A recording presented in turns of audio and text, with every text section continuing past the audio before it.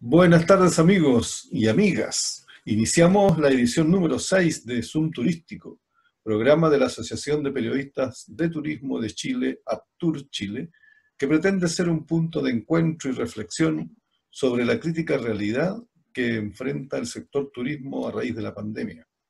Le doy la bienvenida a nuestros panelistas de hoy. Tenemos Carmina Flores, que es la directora del programa y directora de comunicaciones de Aptur Chile. Tenemos a Carlos Montoya, socio destacado de Aptur Chile, editor del sitio Pruebe y Disfrute y subeditor de la revista Canal Oreca. Y hoy nos acompaña nuestra socia Paola Fernández, quien es además encargada de comunicaciones y vinculación del proyecto Vino del Desierto de la Universidad Arturo Prat. Con 11 años de experiencia en comunicaciones internas y externas, se ha desempeñado como docente de comunicaciones en universidades y establecimientos particulares. Y bueno, justamente nuestros invitados de hoy van a ser los representantes del proyecto Vino del Desierto, del que hablaremos en el segundo bloque de nuestro programa, con su director Marcelo Lanino y con la investigadora Ingrid Poblete. Pero antes de empezar este Zoom turístico, quiero dejar a nuestra directora Carmina, quien quiere decir unas palabritas. Adelante, Carmina. Sí, muy cortito, enviarle un saludo cariñoso a todos nuestros socios a lo largo de todo el país, de norte a sur, y solamente desearles que estén muy bien y a aquellos que están enfermitos que se cuiden mucho para que se puedan recuperar. Eso, Preci. Muy bien, pues muchas gracias por la preocupación por nuestros socios. Mientras tanto, yo les puedo comentar que esta semana se han conocido lamentables cifras sobre los efectos de la pandemia en el empleo del sector turístico. El INE reveló que hay una baja de un 20% de empleo en el trimestre móvil febrero-marzo-abril en relación al año 2019. 120.000 puestos de trabajo perdidos a raíz de la pandemia.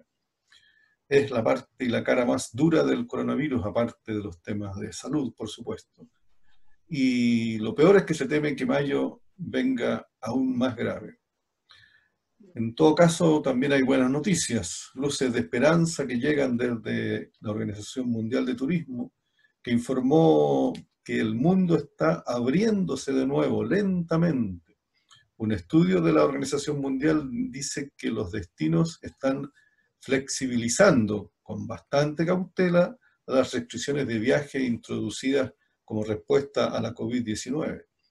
De 217 destinos del mundo, 7, un 3%, pero algo ya, han reducido las restricciones de viaje a los turistas internacionales, a la vez que varios destinos más están inmersos en debates significativos sobre la reapertura de sus fronteras.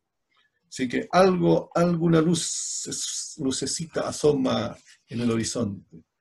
Pero bueno, dejemos por ahora este tema tan complejo y vamos a ver qué nos trae nuestro panelista Carlos Montoya. ¿Cómo estás, Carlos? ¿Con qué nos vas Hola, a hola, ¿cómo están, Antonio? compartir hoy?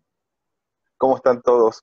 Muy bien. Ya que hoy día vamos a hablar de vinos en este programa, hay un tema que me gustaría destacar, que tiene que ver con la unión del turismo y los vinos, que son las fiestas de las vendimias, y generalmente parten todas en febrero, llegan hasta más o menos mayo, van bajando desde el norte de Chile hasta incluso ahora séptima, octava región, y este año, producto de la pandemia del COVID-19, no se pudo realizar prácticamente ninguna. Eso afectó directamente a las ciudades, los pueblos, las localidades, que de alguna forma estas fiestas implican un gran hito turístico. Llega mucha gente, se muestra artesanía, se realizan fiestas costumbristas, hay shows musicales, entonces son hitos que hay localidades que esperan todo el año para poder desarrollarlo y que esta vez por culpa de la pandemia no se llevaron a cabo. Entonces, de alguna forma, esas fiestas van a tener que verse cómo se logran reemplazar de alguna forma en el futuro, porque van muy ligadas fuertemente al desarrollo logístico de cada lugar. Y esperemos que en el futuro, ojalá esta situación vaya remontando, vaya normalizándose, y que ya de septiembre en adelante, cuando empiece a cambiar el clima, esas fiestas de la vendimia que no se hicieron se puedan desarrollar, por ejemplo, como fiestas del vino, galas del vino, celebraciones del vino, cosa de poder de nuevo llevar al turista a esa actividad a las localidades que no pudieron hacerlo por la pandemia. Pero ese es el tema al menos que quería traerles relacionado con el vino y a lo que vamos a conversar hoy. Perfecto, gracias Carlos, un interesante tema. Este ha sido un año sin vendimias, como lo ha sido sin tantas cosas. Y buena idea esa de que en septiembre, cuando volvamos a encontrarnos, sea en torno a una copa de un buen vino, en alguna fiesta, ya sea en el Valle de Colchagua, en el Valle del Maule, Valle de Casablanca, tantas, tantos valles que tiene nuestro país, ¿cierto? Pero no solo del vino vamos a hablar hoy día. Paola, nuestra socia, nos trae también una mirada al tema de la digitalización en el turismo, que es una de las oportunidades que han surgido a raíz de este encierro en que nos tiene el coronavirus. Paola, cuéntanos. Antonio, bueno, en primer lugar, agradecerle a Aptur por esta participación en el día de hoy y comentarles que pese al duro escenario que hoy vive el sector turístico, también tenemos que ser capaces de ver esto como una oportunidad y desde esa oportunidad tomar el Internet, que mucho se decía que nos iba a alejar, ¿no es cierto? Hoy en día nos tiene juntos más, reunidos más que nunca, y hay distintas plataformas que el sector turístico está aprovechando, como por ejemplo tenemos el e-commerce, están el sistema cloud, ¿no es cierto?, la nube, que también arroja datos como por ejemplo la reserva, los destinos, las experiencias turísticas, y lo que hoy en día también está muy en boga son las redes sociales. También hay estudios que indican qué tipo de redes sociales son las que visualizan más un sector u otro. Sabemos, por ejemplo, que los millennials están full conectados a lo que es Instagram. En el caso de los hoteles, para aquellos sectores un poquito más, si nos vamos al adulto mayor, que maneja la tecnología, también domina Facebook. En el caso de las reservas hoteleras, en definitiva, hay una oportunidad hoy día que gracias a la digitalización, que es hacia allá apuntamos hace mucho rato, pero hoy en día más que nunca es importante perfeccionarse, especializarse, ¿por qué no decirlo desde ese punto de vista? Y tomar estas oportunidades. Yo he estado participando en distintos talleres, por ejemplo con Enoturismo Chile, también cómo han estado trabajando la digitalización, no solamente con las redes sociales, sino que también a través de distintas plataformas y abarcando un poco lo que hablaba el colega, el tema del enoturismo, el vino, cómo podemos, cuando retomemos, ¿no es cierto?, volvamos a esta normalidad, que yo lo hago acá entre comillas, podamos volver a mirarnos, podamos poder ofrecerle al turista una experiencia. El vino es se cuenta, detrás de cada vino hay una historia, detrás de cada valle, y ahí les hago una acotación. La Pampa, el vino del desierto que va a venir en el segundo capítulo, ¿no es cierto?, en el segundo bloque, una pampa, nosotros estamos insertos en la Pampa del Tamarugal, son experiencias. Entonces también está muy en boga la realidad virtual. Quizá no vamos a poder reunirnos todos de forma tan masiva como quisiéramos, porque ya no vamos a volver a ser los mismos de antes. No obstante, vamos a tener que replantear a través justamente de la digitalización de ciertas herramientas, plataformas, como hoy día, por ejemplo, Zoom, que estamos nosotros conectados hoy día, o YouTube, los live también, que son un hito, un éxito en estos momentos. ¿Cómo vamos a ofrecerle una experiencia que vaya acorde al perfil, a los intereses y necesidades del turista, no solamente internacional, sino que también yo creo que una de las principales tareas y miradas que se ha estado dialogando durante estos días con distintos personeros es cómo vamos a reencantar y vamos a hacer redescubrir nuestro territorio nacional de norte a sur, porque ahí está el desafío, que el chileno conozca su país, conozca los valles, conozca la Pampa, nadie es igual a otro, cómo los relatos pueden cambiar, qué pueden ofrecer.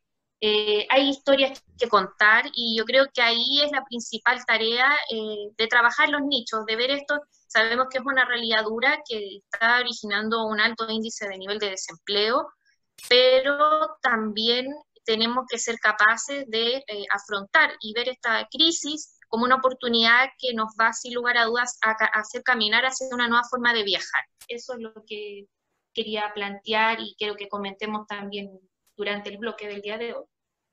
Exacto, muchas gracias, Paola. La verdad es que es uno de los temas más potentes hoy en día. O sea, si no aprovechamos este momento para intensificar todo lo que es la digitalización del sector turístico, de la industria, ¿cierto? En sus diversos aspectos, yo creo que jamás lo vamos a lograr. Antes de la pandemia se estaba intentando hacerlo, pero la gente no se atrevía, le tenían miedo a la tecnología, y resulta que se han dado cuenta que no es tan grande el tema, no es tan difícil incorporarse. Así es. Hay distintas maneras, algunos pueden vender sus productos a través de internet, hoy día lo están haciendo, los mismos vinos, otros pueden mostrar sus destinos, ¿cierto? Y generar experiencias en 360 grados que son casi tan maravillosas como estar ahí. Si le agregamos olor y un poquito de viento, a lo mejor ya se sentiría el hecho de Claro. estar. Y capaz que luego empiece alguien a invente cómo transmitir olores a través de los bits y vamos a estar mucho más adelantados. De todas maneras. ¿Cierto? Carmina, ¿qué te parece esta oportunidad? Espléndida, espléndida. Me parece que viene una etapa en la que definitivamente se va a lograr este match entre lo que es la tecnología y hacerla un poquito menos fría, darle un poquito más de calidez. Y como decías tú, Antonio, muchas veces el objetivo que está detrás de utilizar las plataformas o los distintos medios de tecnología son mucho más importantes que el medio. Y entonces, quizás hace un tiempo atrás era como la tecnología per se, pero hoy día está súper demostrado que los objetivos o las motivaciones que existen detrás de cada comunicación son tan potentes que van mucho más allá de la plataforma que se utilice. Por lo tanto, buenas noticias para nosotros comunicadores. Exacto. Muy, muy buen tema y yo creo que la vamos a seguir tocando en próximas ediciones de Zoom Turístico. Por ahora los invito a hacer un breve El break, cafecito virtual. un cafecito virtual, Eso. para al Está un regreso poquito. ya tener a nuestros invitados del vino del desierto, que es un tema muy, muy, muy interesante y ya lo van a ver. No queremos adelantar nada. Gracias, amigos panelistas, y nos encontramos en unos minutitos. Vamos a la pausa. Vamos a la pausa.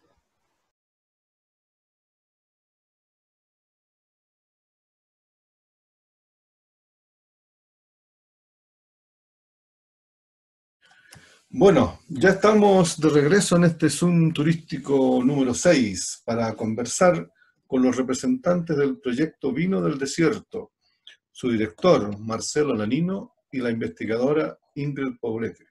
Buenas tardes, Ingrid y Marcelo, un gusto de tenerlos en este programa, que como ya hemos planteado, es una instancia de Aptur Chile para conversar sobre la situación que enfrenta hoy en día el sector turístico, la industria del turismo, a raíz de la pandemia que nos está afectando desde hace ya más de 2 meses, casi 3. Antes de la conversación les voy a presentar a nuestros panelistas. Tenemos a Carmina Flores, que es la directora del programa y directora de comunicaciones de Aptur Chile, y de Renatel, a Laureano Fernández, que es el editor gráfico de Aptur Chile y editor de Urban Santiago. Y Carlos Montoya, socio de Aptur también, él es editor de Prueba y Disfrute y subeditor del canal Oreca. Y bueno, Paola, que ustedes ya conocen, la periodista del Desierto. Queremos contarle a nuestros amigos y amigas que nos están observando que el desierto de Atacama no solo florece en algunas épocas del año, sino que también permite el crecimiento de cepas únicas que generan un vino muy exquisito, llamado por supuesto el vino del desierto. Es un proyecto que desarrolla la Universidad Arturo Prat a partir del hallazgo e inscripción de la primera cepa 100% chilena en la pampa del Tamarugal, la cepa Tamarugal. Para hablar de este tema están con nosotros el director del proyecto, Marcelo Lanino, ingeniero agrónomo y académico con 25 años de trayectoria, quien además tiene un magíster en ingeniería agrícola y mención en recursos hídricos en la Universidad de Concepción. Y junto a él le acompaña la investigadora del proyecto, Ingrid Poblete, también ingeniero agrónomo, magíster y doctorada. Bueno, vamos a dejar a nuestros invitados que nos cuenten sobre esta importante iniciativa que fue considerada ya el año pasado por Senatur como un proyecto turístico emergente. Bienvenidos de nuevo, Marcelo e Ingrid, a Zoom Turístico. ¿Cómo están ustedes? Hola, muy buenas tardes. Muchas gracias por la invitación. Hola. Qué bueno, pues gusto de tenerlos acá. En primer lugar, yo creo que sería importante que nos cuenten ustedes un poco, o no un poco, mucho si quieren. Un poco es una muletilla que se nos pega a los periodistas. Que nos cuenten sobre lo que es el proyecto del vino del desierto, cómo surge, cuáles son sus metas, etcétera, etcétera. Cuéntenos.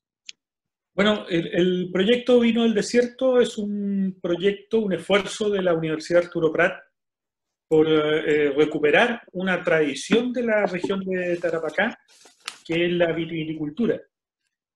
Durante mucho tiempo se produjo vino en la región, desde el momento en que pasaron los españoles por acá camino al sur. Comenzó un proceso de producción de vino en base a producción de vino para misa. Pero dadas las circunstancias y las condiciones que tenían, rápidamente se transformó en una industria importante y comenzó a haber una producción importante, probablemente mucho orientada hacia las oficinas salitreras. Y por lo tanto era una importante producción que estaba generada, orientada a abastecer probablemente a estos sectores y generar un polo, y se generó un polo importante tanto de tradiciones como de actividad comercial. Sin embargo, la última vendimia reportada en Pica Matilla es 1937 y encontramos hace poco unos indicadores que nos dicen de que en la Pampa del Tamarugal, en un sector denominado Los Puquios, se debe haber producido hasta 1940, 1945, más o menos por ahí, en donde un pionero deja de producir arrancando sus parras, probablemente por una serie de factores económicos y de distinto tipo. El principal parece haber sido el momento en el cual se expropian las aguas de la quebrada de Quilma para abastecer de agua potable a Iquique. Y además, si estamos hablando de 1930, ya comienza a haber todo un proceso de los problemas que asociado a la industria del salitre. Entonces, seguramente, y ya hay un proceso en donde comienzan a cerrar muchas oficinas y por lo tanto probablemente se hayan quedado sin el mercado, sin el público al cual le va a abastecer. Sin embargo, hoy en día el mundo del vino es muy diferente a ese mundo que tenían ellos en ese momento, en donde el mercado era lo que estaba más o menos cerca. Hoy día el mundo del vino es el mundo, o sea, está orientado hacia algo más. Y además, el mundo del vino está muy pensado en buscar cosas diferentes, cosas distintas, cosas que llamen la atención. Por lo tanto, comenzamos a hacer un proceso de recuperar esta tradición de vino que de una u otra forma comienza con el trabajo que desarrolla Ingrid a partir de 2003. Bien, para contar un poco el fondo de esto, que tú preguntas cómo surge, la verdad que siempre partió esto de una investigación pensando en esta rica historia vitivinícola y buscando una alternativa productiva para lo que es la pampa del Tamarugal. Nosotros estamos muy cerca de lo que es el oasis de Picamatilla, 25 kilómetros, pero ellos tienen una condición de clima subtropical. En La Pampa, si bien es cierto, estamos en el desierto, que todo el mundo piensa y dice, ya, esto es sol y calor todo el año, es verdad. Pero en el invierno tenemos una amplitud térmica de prácticamente 40 grados, vale decir, todo el año las temperaturas diurnas son sobre los 30, pero en el invierno las temperaturas caen a 5 o 7 grados bajo cero, y son además de muy larga duración, tanto en el periodo, meses digamos, como en el día. Entonces era muy poco las especies que podíamos, digamos, cultivar y que fueran productivas bajo esa condición. Entonces, esta historia en el fondo nos remontó para nosotros comenzar una búsqueda de plantas que habían quedado olvidadas en el tiempo, producto de esta historia vitivinícola, que fue bastante fuerte en su momento, y empezamos a hacer un recorrido en todo lo que en ese entonces, esto fue en el año 2003, de lo que era la primera región, vale decir, la actual región de Tarapacá, más la región de Arica y Parinacota. Simplemente no habían antecedentes que nos dijeran en tal zona quedan vestigios, llegamos solamente por comunicación verbal, pero el objetivo fue buscar plantas que visualmente se viesen añosas, ¿ya? No era cualquier planta de vid, porque en el fondo estábamos buscando un material genético que había logrado sobrevivir a casi más de 80 años de abandono. Y es así que nosotros pensamos y dijimos, ya, estas plantas sobrevivieron, por lo tanto se adaptaron a esta condición de desierto, como les comenté, y además a esta condición de suelo estresante que tiene sales. Y es así como comenzamos esta investigación, y junto con evaluarlo agronómicamente, decidimos, por supuesto, saber si correspondían a alguna variedad o alguna cepa conocida. Entonces, hicimos el análisis molecular, primero en Chile, en donde solamente identificamos la cepa país. Lo que no se pudo identificar se mandó a España, porque fueron los españoles los que lo introdujeron, entonces era más probable que contrastara con alguna cepa antigua que ellos tuviesen. Lograron identificar dos, una que teníamos como universidad en un viñedo antiguo, que tiene por nombre Grosskolman, que su origen es de Georgia, pero de la antigua Unión Soviética. Vale decir, es la zona de origen de la especie propiamente tal, de la vitis vinífera. Entonces fue un gran hallazgo y efectivamente nosotros todavía no hemos encontrado el eslabón de cómo llegó a la zona norte, tenemos algunos indicios, pero exactamente aún no lo hemos dilucidado. Y también en España identificaron un genotipo rosado que tiene por nombre Ameur, un nombre bastante extraño. Su origen es de Argelia, y ahí sí los marroquíes, nos decían los españoles, la trasladaron a España y de España fue introducida. Y esta cepa más bien tiene características de uva de mesa. Lo que no se pudo identificar se mandó a Francia, que es el otro país que tiene la segunda base de datos más grande, y ahí lograron identificar una más, que también es vinífera como la país, que es Torrontés riojano, y una no se pudo identificar. Y ahí comenzamos el proceso de registro ante el Servicio Agrícola y Ganadero a nivel país, y en el año 2003, como se mencionó al inicio de la introducción, es en el año 2016, perdón, la registramos como la primera cepa vinífera chilena, vale decir, la cepa que bautizamos con el nombre de Tamarugal. Y con estas cepas es como resurge en el fondo la vitivinicultura como vino del desierto, retomando esta tradición que quedó olvidada en el tiempo. Por lo tanto, nosotros estamos trabajando solamente con cepas que rescatamos, cepas antiguas y que en la actualidad están recibiendo el nombre de patrimoniales. Y eso es lo que queremos resguardar.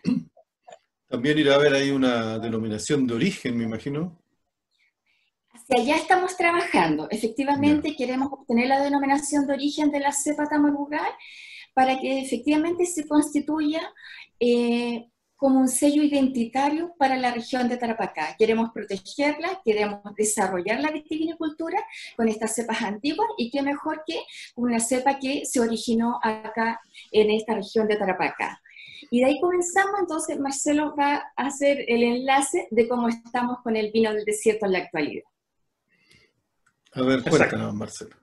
Bueno, después de ese proceso, en donde lo que nos quedó claro es que tenemos una historia, digamos una historia antigua, desde los españoles más o menos hasta un periodo de tiempo, probablemente a principios del siglo pasado. Tenemos una historia un poco más moderna, que es el periodo del siglo XXI, perdón, del siglo XX, hasta mediados más o menos de 1940. Y luego la Universidad Arturo Prat comienza a hacer historia, continuar la historia, respecto en este periodo, ya en el siglo XXI. Y creando este tipo de alternativa productiva para los agricultores de la zona. Nosotros comenzamos a hacer un proceso bastante rudimentario, ya en base a utilizar la uva que estábamos obteniendo en la Estación Experimental Canchones, mediante pisa-pisa y manejos enológicos bastante rudimentarios.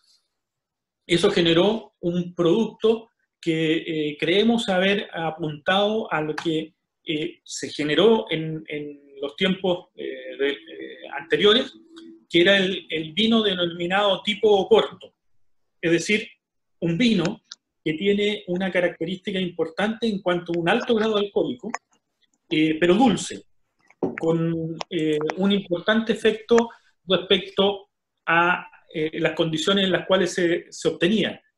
Probablemente la cosecha normalmente se realizaba en mayo, con procesos enológicos un poquito mejores, especialmente en la zona de la Pampa del Tamarugal, y por lo tanto obtuvimos este vino tipo Oporto, que ahora, en estos tiempos, cuando tenemos un vino diferente y lo comparan con lo que en su momento nosotros dimos a degustar, nos dijeron de que ahora que era re malo, porque era bastante malo. Probablemente porque el vino tipo Oporto tiene una característica especial, o el Oporto propiamente tal, ¿cierto? Es bastante intenso, bastante, por su cantidad de alcohol y de azúcar, lo hace como algo bastante diferente a un vino normal que nosotros estamos consumiendo.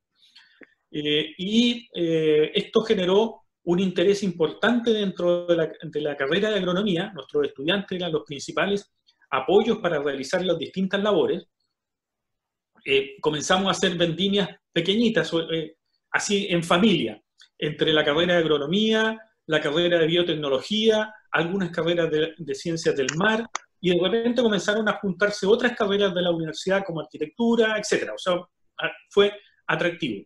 Eso nos permitió postular a un proyecto FIC, en el cual nosotros participamos en el concurso 2011 y obtuvimos, ganamos uno de esos proyectos que nos permitió dar un salto tecnológico importante.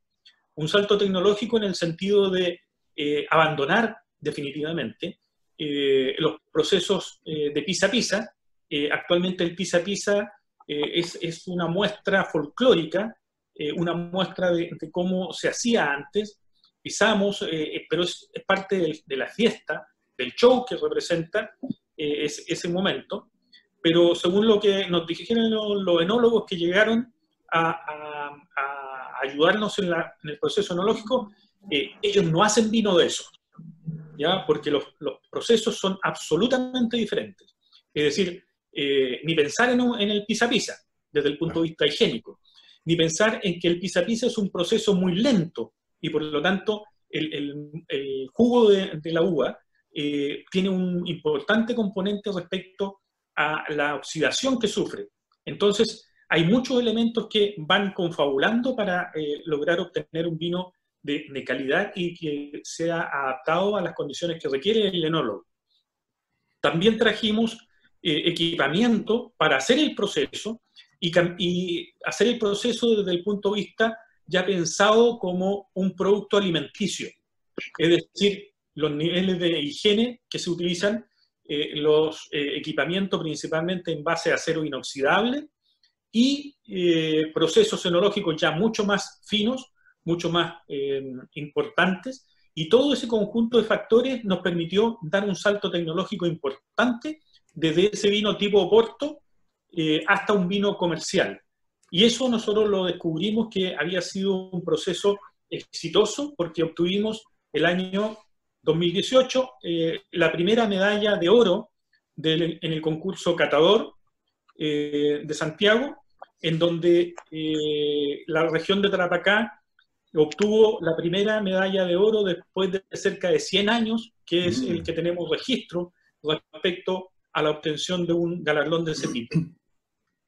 Luego seguimos desarrollando este proceso y en algún momento logramos obtener un proyecto FIC, pero un proyecto FIC pensado en el enoturismo, en donde mostramos los resultados, mostramos cómo hacemos agricultura en el desierto y cómo hacemos el vino del desierto. Y de esa forma nosotros lo que pretendemos es obtener una ruta del vino del desierto, en donde parte esa ruta en Iquique, hace el transecto, llega hasta la estación experimental Canchones, en algún momento también a otros agricultores que puedan participar, y se muestra el proceso completo para poder conocer el vino del desierto. Mira, interesante todo el proyecto, desde sus orígenes hasta la etapa en que están ahora. Y esta medalla, para que crean que está en forma tangible. Sí. Ahora, ese vino participa solo la universidad a través de la estación experimental que ustedes mencionaban. No hay un trabajo con productores de la zona. Ya no hay productores. Hay productores. Sí, la verdad que cuando nosotros partimos con el primer proyecto FIC, teníamos agricultores incorporados. A ellos les habilitamos a través del proyecto media hectárea cada uno.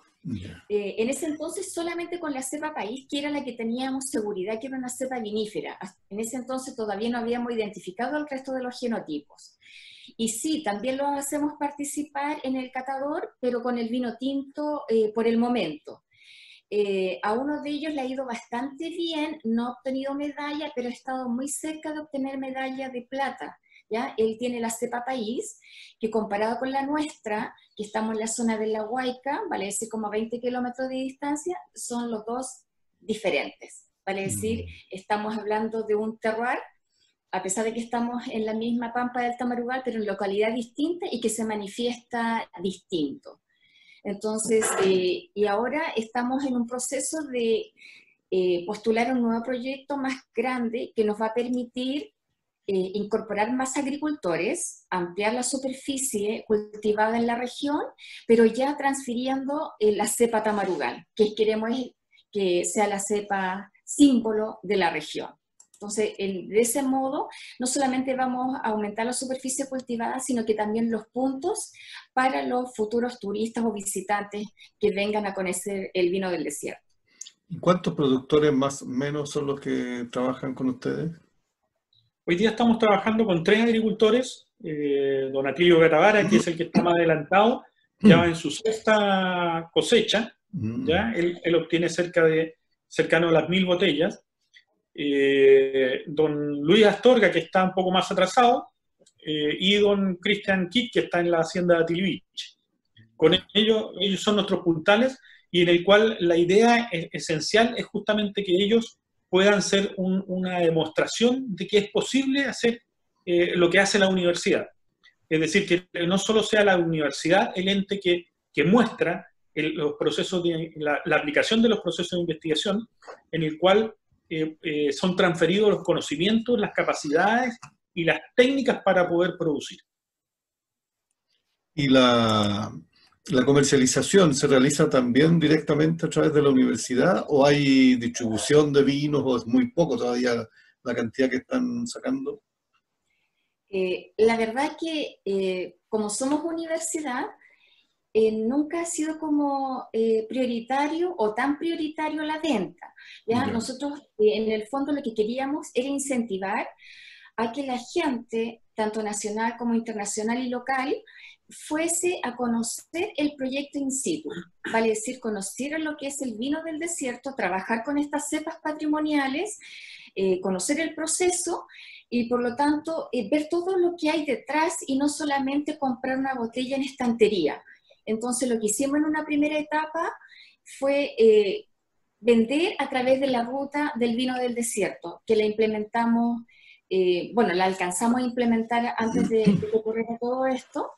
Entonces esa fue nuestra principal forma de venta, ¿ya? En la actualidad también hemos visto de que resulta muy atractivo todo lo que ha hecho Paola en las redes, ha ampliado el conocimiento de este vino. Entonces también tenemos demandas a través online, pero siempre este es un vino que no es fácil de producir, estamos en unas condiciones muy extremas, tiene toda una historia detrás, por lo tanto no es un vino que va a estar en el supermercado, va a llegar a tiendas boutique. Entonces esa es como la segunda etapa que estamos tratando de implementar por ahora. Tú hablabas de la pandemia. ¿Cómo los ha afectado esta situación, aunque La Pampa obviamente es un lugar más retirado, pero de alguna manera se les ha complicado el proyecto? Bueno, claro que sí, se nos ha complicado. Nuestro proceso de muestra respecto al vino del desierto es un proceso que ha incorporado el público, el turista, y nos hemos coordinado con Cernatur y con los operadores turísticos. Entonces, en esta circunstancia, todo eso quedó en cero. Solamente hemos podido mantener algunas comunicaciones respecto a qué vamos a hacer cuando regresemos. Pero en la otra etapa, en la etapa de terreno, de producción propiamente tal, tuvimos que continuar con el proceso tal cual se realiza normalmente, sin público, por supuesto, pero también con una reducida cantidad de personal, porque muchos de nuestra gente o eran mayores de edad o tenían problemas de base que por seguridad quedaron fuera del proceso y por lo tanto trabajamos con bastante poca gente. Sin embargo, logramos obtener el resultado que esperamos estar desarrollando en estos momentos. Nuestros vinos están casi terminados ya. Perfecto. Ojalá podamos algún día probarlo. ¿Ustedes tienen ahí unas botellas? ¿Podrían acercarlas para ver la etiqueta? Me imagino que habrán sido trabajadas en forma especial para mostrar un poco la parte histórica. Ha ido cambiando cada año, cada temporada.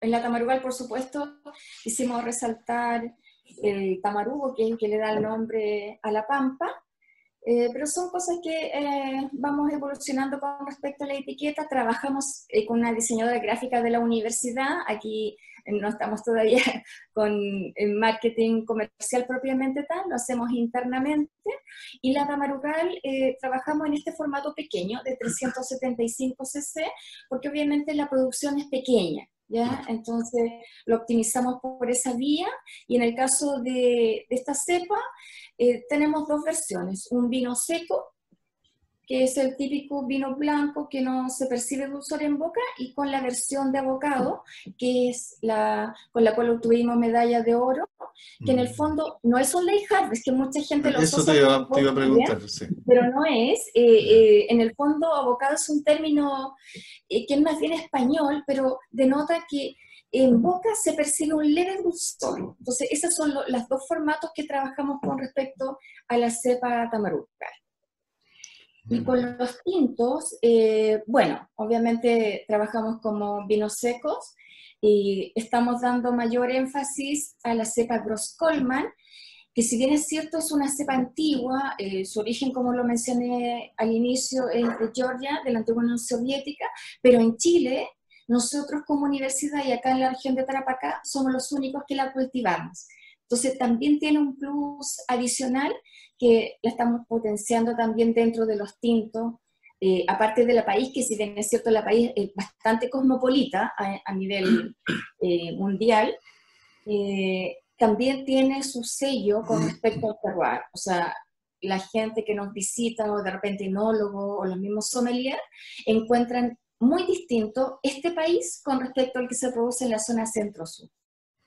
Y son distintos, un país Son distintos, sí. muy seco. Exactamente, y transmiten también en boca la mineralidad, la salinidad de la zona. Entonces eso es algo que nos ha llamado la atención, que se ha repetido, digamos, en las distintas apreciaciones. No sé si Laureano, creo que quería preguntar algo. No, en general quería saber, porque como he seguido el tema del vino, el tema del vino se ha visto afectado principalmente por la sequía que está afectando al país en estos momentos. De hecho, esta sequía se va a aumentar en los próximos, si es que no sigue lloviendo aquí en general. Entonces quería saber cómo ha afectado particularmente a vino del desierto y en general al resto de las viñas que hay por el sector. ¿Cuál es el plan? ¿Qué han pensado al respecto? ¿Hay alguna idea que estén tomando con respecto a la sequía? ¿Eso? Bueno, en el caso de la sequía, para el proyecto Vino del Desierto es sumamente interesante, porque abre una perspectiva nueva respecto a la producción de plantas para las condiciones de sequía. El mundo del vino en Chile está mirando hacia el sur. Justamente por los cambios climáticos, está mirando más hacia el sur, se están yendo hacia el sur. Y de repente aparece la cepa tamarugal o el vino del desierto en general, que dicen, oigan, ¿ustedes están preocupados por la sequía? Nosotros estamos en sequía la última vez escuché por ahí un reportaje que hablaba que el desierto de Atacama tiene 150 millones de años. Es decir, nosotros ya estamos en el desierto, nuestras precipitaciones promedio de los últimos 25 años son 0,6 milímetros. El año pasado fue un año lluvioso para nosotros, 4,7 milímetros. Eso fue lo que cayó en todo el año, y es un año lluvioso. Por lo tanto, nosotros no solo tenemos las plantas que están adaptadas a ese tipo de condición, y como mencionaba Ingrid, las plantas que nosotros buscamos son plantas que sobrevivieron a un proceso no solo de sequía y de desierto, sino que también a un proceso de abandono. La gente cuando arrancó simplemente quedaron algunas plantas ahí por ahí regalonas, o simplemente plantas que lograron captar algo de agua y se adaptaron y terminaron de adaptarse a ese tipo de condición. Por lo tanto, la otra parte del proyecto es justamente lo que es la producción de plantas, tanto para lo que significa producción de vino derechamente, o también como un patrón, es decir, una planta sobre la cual se pueda injertar cepas de distinto tipo y adaptada a este tipo de condiciones. Entonces, nosotros no tenemos mucha preocupación, por decirlo así, respecto al efecto de la desertificación, porque nosotros somos desierto.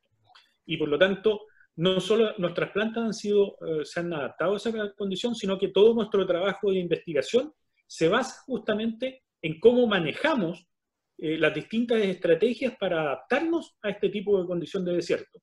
Bajas precipitaciones, contenido de sales en el suelo muy elevada, salinidad en el agua, un exceso de boro, cloros, etc. Y por lo tanto, ¿de qué forma nosotros como agrónomos, como profesionales, enfrentamos ese tipo de situación mediante distintas estrategias para lograr obtener la producción que no solo de la vid, sino de distintos cultivos que se presentan en la región? Y en ese sentido también me gustaría agregar que, si bien es cierto, estamos en una condición tan extrema, pero también tiene sus bondades. Por ejemplo, estas plantas no requieren aplicación de ningún pesticida. No estamos aplicando insecticida, no estamos aplicando fungicida. Entonces, desde el punto de vista de la parte aérea de la planta, son totalmente sanas. Interesante, es así como el milagro del florecimiento del desierto, el milagro del vino del desierto, cómo se adaptan bueno, siempre los seres vivos y las plantas nos hemos ido adaptando a las condiciones que nos va presentando nuestro planeta. En la medida que va cambiando, también uno va teniendo que adaptarse a las circunstancias, ya que cambiar al planeta es mucho más difícil que cambiar uno, ¿cierto? Así, bueno, ahora tú sabes, el desierto está llegando casi hasta las puertas de Santiago, así que ya pronto vamos a poder hacer acá también una versión propia del vino de ustedes. Claro. No sé si nuestro amigo Carlos quiere hacer alguna consulta. El tiempo ya se nos comienza a apretar. Sí, algo muy breve. Primero, es muy interesante el trabajo que están haciendo. De verdad creo que marca un hito en el trabajo vitivinícola del norte de Chile, muy al norte, y también lo que hablaban de esta ruta del vino del desierto, que imagino que va a poder marcar también ahora cuando volvamos a esta, comillas, normalidad, un hito turístico, un polo vitivinícola turístico, para que la gente pueda conocer, disfrutar y apreciar esta cepa 100% chilena. Así que de verdad agradecerles también por el trabajo que están haciendo. Muchas gracias. Gracias. Bueno, pues yo creo que ha sido súper interesante conocer esta faceta nueva del vino del desierto, como decíamos, y ojalá algún día cuando se terminen todas estas cuarentenas podamos viajar. Ahí Paola nos va a invitar a un fan press para ir De todas maneras. a conocerlo y a probar ese vino tan exquisito. Desde ya, supuesto. bueno, le agradecemos su participación en nuestro Zoom turístico, le deseamos mucho éxito en el desarrollo de este proyecto, que se continúe llevando adelante pese a la pandemia, que logren seguir encantando a la audiencia y que ojalá se pueda conocer, si no es en los supermercados, como dices tú, en las viñas boutique, tendremos que encontrar alguna muestra para matizar, De todas ¿cierto? maneras. Y la Universidad Arturo Prat yo creo que les va a brindar mucho apoyo. Es importante eso que decías tú, que la gente de diseño colabore y participe en la elaboración de la etiqueta, así como la gente de otras áreas de la universidad puede también entregar sus propios aportes al proyecto. Yo creo que esa es la gracia de una universidad inmersa en el territorio donde se está desarrollando. Es un aspecto que es muy importante. Las universidades que lo han logrado se han ido posicionando como tales en sus territorios. Yo conozco la experiencia de la Universidad de Talca, que produjo un espumante que es muy rico y muy conocido también a estas alturas. Así que Bien. lo felicito por su trabajo y el interés en llevar adelante este hermoso proyecto. Gracias Marcelo, gracias Ingrid, gracias Paola por acompañarnos, gracias Gracias a a ti. nuestros panelistas también y nos vemos en un nuevo Zoom turístico. Muchas gracias. Muchas gracias y lo esperamos acá cuando todo esté normalice, cuando se normalice en realidad. Llegaremos, por allá llegaremos. Muchas gracias. Chao. Chaito. Chao. Chao, chao.